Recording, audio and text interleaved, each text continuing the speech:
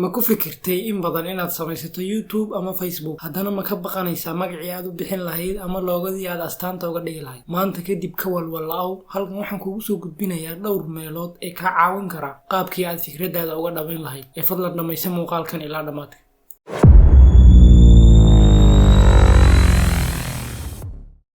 inta badan waxaynu aragnaa iyadoo la ina leeyahay abka ugu fiican ee wax la taaban karo looga dhigi karo wax maskaxda ka guuxaya waa ab hebel ee fadlan la soo deg. maanta waxaan doonayaa inaan ku tusiyo meel ay ku diyaarsan yihiin dhammaan shaqo walba ee abaskaas kuu qabanayeen iyo ka badan. kaliya kaaga baahan in aad geliso waxa aad ku fikirayso si aad u hesho natiijo degdeg ah. haddaba waa xagee meeshaas? ina mari aynu tagno shaashada kombiyuutarka.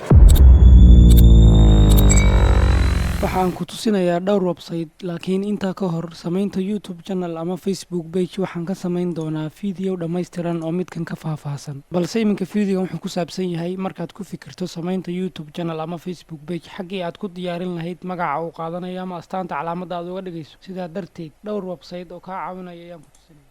hagaag, website-keena koowaad magaciisu waa Canva waxaa loogu talagalay in dhisaynada lagu diyaariyo weliba qaab ka degdeg badan softwareskiina la soo degi jiray. waxaana jira dhisayno diyaarsan oo ku jira, kaliya waxaad iswaafajinaysaa fikradaada iyo dhisaynka aad u baahan tahay. weliba ku darso ardayda iyo warbaahinta ama wariyayaasha iyo video creatorska aad buu u anfacaya oo intaba waa lagu diyaarin karaa. website-ka labaad waxaa la yidhaahdaa design.com.